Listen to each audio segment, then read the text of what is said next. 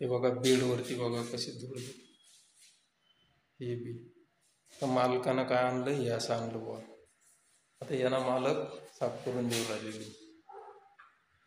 हे पहा, आता याची जी धूळ आहे त्याच्यावरती असा सनमायकाचा फेविकॉल लावल्याच्या नंतर चिटकत नाही, त्याच्यामुळं आम्ही करू नका म्हणत होतो, पण त्यानं ऐकलं नाही. त्याला अर्जंट लागत होतं, त्यानं मग नंतर हे जुगाड लावलं आणि आता ती साफ करू राहिलेली. काय सांगावं आता. तसंच इकडली रूम पण तशीच आहे, बघू शकता. तर या रूममध्ये बी तसंच आहे. हे बघा याच्यावर किती धूळ आहे. त्याच्यानंतर हे बेड आहे, बेडचा टॉप खोलून ठेवलेला आहे आणि आतमध्ये बघा किती धूळ आहे. त्याच्यानंतर इथं ड्रेसिंग टेबलचं आहे, तर इथंही तसंच केलेलं आहे ड्रेसिंग टेबलवरती.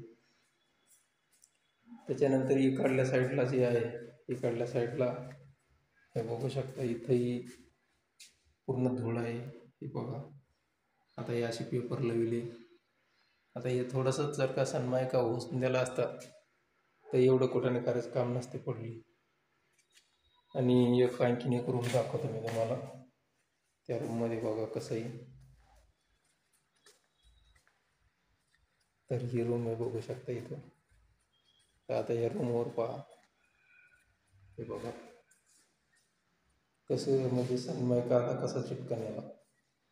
तर ही फक्त अर्जंट व्हावासाठी असे गडबड आहे, काम अर्जंट व्हावं म्हणून असं.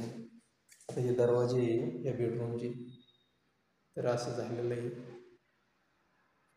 काय म्हणावं आता, नक्की कमेंटमध्ये सांगा तुम्ही काय म्हणावं काय नाही. ते गडबड लय अवघड असते.